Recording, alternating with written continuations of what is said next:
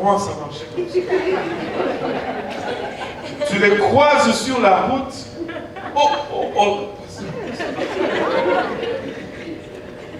Ça ne va pas. Ça ne va pas. Ce n'est pas comme ça. Amen. L'intérieur ne remplace pas l'extérieur. Nous devons avoir les deux. Amen. Alléluia. Regarde ton voisin qui lui bon enseignement.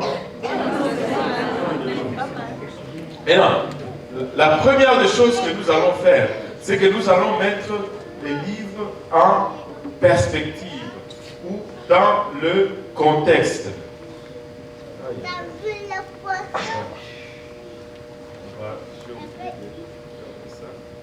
Voilà, alléluia, amen, gloire à Dieu.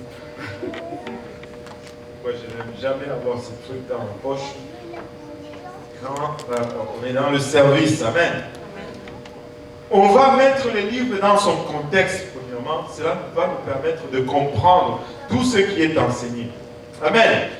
Maintenant, l'église de Corinthe était établie par Paul suite à un travail de 18 mois. Ça lui a pris 18 mois avant de planter l'église de Corinthe. Regardons Actes chapitre 18, verset 1 et verset 11.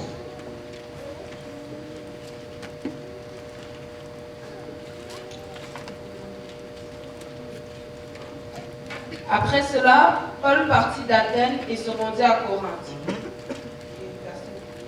Verset 11. Il y demeura 1 an et 6 mois, enseignant parmi les Corinthiens la parole de Dieu. Il y a demeuré 1 an et 6 mois, 18 mois. Et là, il a enseigné aux Corinthiens et là est née l'église de Corinthe. Il s'est rendu à Corinthe, il y est resté pendant 1 an et 6 mois. 18 mois à travailler pour mettre cette église sur pied. Amen. Mais après son départ, après le départ de Paul, des désordres graves ont vu naissance dans cette église et il a effectué au moins 3 visites à Corinthe pour corriger des problèmes dans l'église. Écoutez, les problèmes dans l'église, il y en a. Vous savez, l'église de Corinthe, si elle était là aujourd'hui, elle n'allait même pas faire partir de UPC. Il y avait des problèmes graves. Si vous pensez que nous avons des problèmes graves ici, il y a des gens qui, quelqu'un le regarde mal, oh, je quitte l'église, ce n'est pas une bonne église. Avez-vous étudié l'église de Corinthe? C'était plus grave que ça. L'église n'est pas parfaite. Les jours que vous êtes repentis de vos péchés, baptisés au nom de Jésus-Christ, remplis du Saint-Esprit, wow, l'église est parfaite. Amen. Et tu vois des auréoles et des ailes dans le dos des frères et des sœurs. Amen. Tout le monde est saint. C'est phénoménal. Mais plus tu grandis, plus tu vois des plumes d'hommes, des ailes. Et l'auréole s'éteint. Mais comment ça? On devient tous des choses normales, des personnes normales. Mais là, on ne va pas se perdre. Regardez 2 Corinthiens chapitre 12 verset 14. Il y est allé 3 fois. À 3 reprises, Paul est retourné à Corinthe pour y corriger des choses. Voici pour la 3e fois, je suis prête à aller chez vous.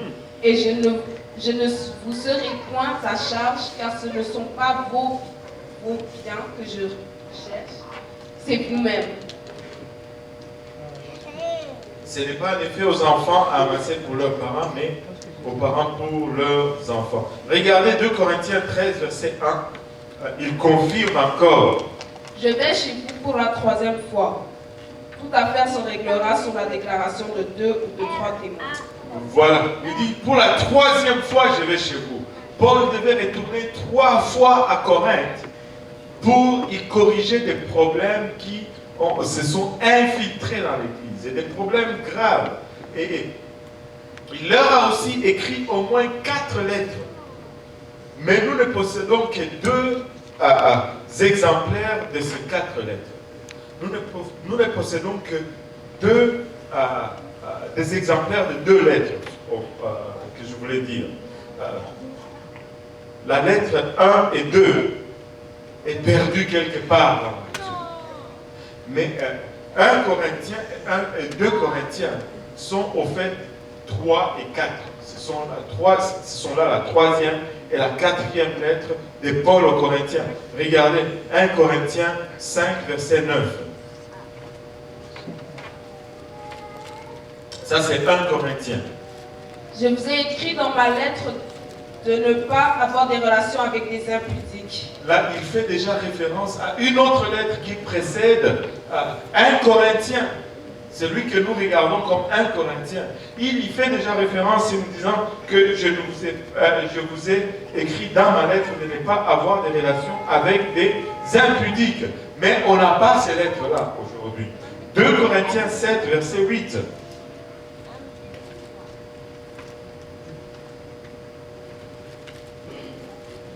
Quoique je vous ai attristé par ma lettre, je ne m'en repens pas. Voilà. Et si je m'en suis repenti, car je vois que cette lettre vous a attristé, bien que momentanément, je me réjouis à cette heure. Non pas de ce que vous avez été attristé, mais de ce que votre tristesse vous a porté à la repentance. Voilà. Là, il fait référence à une autre lettre qui les a envoyées, qui était une lettre apparemment très dure pour corriger les problèmes dans l'église de Corinthe, au point où ça a amené une repentance sincère dans l'église de Corinthe. Il dit, ça ne m'attriste pas que cette lettre vous ait fait mal, parce que j'en vois le fruit aujourd'hui. Hein?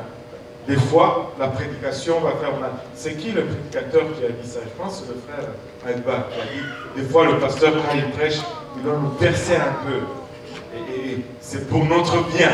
Amen. Mais on doit des fois faire mal pour faire bien. Amen.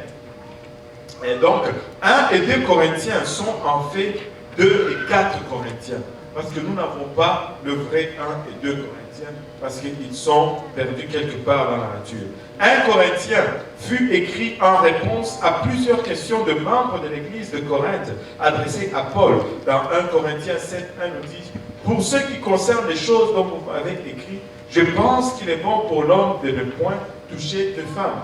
Là, il commence à répondre. Mes chaussures, ils font mal. Vous voyez ce qui arrive quand tu inverses les rôles, ça fait mal. Ça fait mal. Amen. Et ça fait très mal. Bon, je pensais que j'allais les endurer jusqu'à la fin, mais pardon. Et voilà. Maintenant, il dit dans 1 Corinthiens 7, pour ce qui concerne les choses dont vous m'avez écrit, je pense qu'il est bon pour l'homme de ne point toucher des femmes. Maintenant, regardez ceci. Il commence chapitre 1 à chapitre 6. Il parle de plusieurs autres choses. Et il arrive seulement au chapitre 7 et c'est là qu'il commence à répondre à leurs questions. Très important. Dites à ton voisin, ce qui va suivre va être important. Maintenant, regardez, on va se remettre un peu dans le contexte de Corinthe de l'époque. La plus basse insulte de l'époque était de nommer une personne corinthien. Si on te regardait, on te disait, hey, corinthien, c'était comme une insulte en leur temps. C'est comme si on disait quoi aujourd'hui? On dit quoi ici? Je ne peux pas vous dire des choses de chez nous parce que ça ne va rien dire. Au Cameroun, c'est quoi? Nyange. Nyange. On dit hey, Nyange. Ou on dit hey, Mouta. Ou bien ici on dit un Youfi. Je pense qu'en Europe, ce sont les Belges. Les Belges, ce sont les victimes de toutes les blagues. Anyway. Mais à l'époque, si on te traitait de Corinthien, c'est comme si on t'insultait. C'est parce que les Corinthiens avaient une immoralité sexuelle très prononcée. Corinthe était très immoral sexuellement. Et Dieu désirait quand même y bâtir une église. Malgré leur perversion, Dieu a élevé une église à Corinthe. Amen. Mais les Corinthiens avaient permis à l'immoralité de la ville de rentrer dans leur église. Écoutez, si nous ne dressons pas les barrières, si nous ne prêchons pas contre ces choses, le monde va s'infiltrer dans l'église. Le monde va rentrer. L'église de Corinthe a levé la barrière et l'église, plutôt le monde, s'est infiltré dans leur église. Et ce sont les croyants et non les pécheurs qui étaient en train d'entraver l'œuvre de Dieu dans l'église de Corinthe. Paul n'en a pas contre les païens, il en a contre les saints de l'église. Quand il dit qu'il y a de l'adultère entre vous, de sorte que le père, quelqu'un prend la femme de son père, ce sont des saints de l'église. Ce ne sont pas des païens. Mais non, le problème majeur des Corinthiens était leurs membres égocentriques qui essayaient constamment d'exercer leur liberté personnelle sans égard ni aux besoins des autres, ni à la gloire de Dieu. Écoutez, si nous venons à Christ, nous devons mourir en nous-mêmes. Nous devons mourir dans notre orgueil, dans nos ambitions, commencer à penser aux autres d'abord et commencer à penser à la gloire de Dieu. Et si nous faisons cela, nous allons voir la gloire de Dieu manifestée parmi nous. Nous allons nous mettre à l'écart. Nous n'allons pas être ceux qui vont chercher le crédit, mais nous allons chercher que Dieu ait tout le crédit. Amen. Maintenant, si nous mettons le chapitre dans son contexte, dans la première lettre aux Corinthiens, Paul traite d'abord de l'envie, des conflits et des divisions dans l'Église. Dans le chapitre 1 au chapitre 3, il traite de l'envie, des conflits et des divisions dans l'Église. Ils lui ont posé des questions, mais il met ces questions d'abord de côté. Il dit, il y a de l'envie dans votre Église, il y a des conflits dans l'Église, il y a des divisions dans l'Église. Puis, il adresse l'attitude des dirigeants qui était une attitude de jugement, surtout envers ceux qui sont en opposition d'autorité. Tu ne dois pas juger ou frapper le brebis de Dieu. Amen.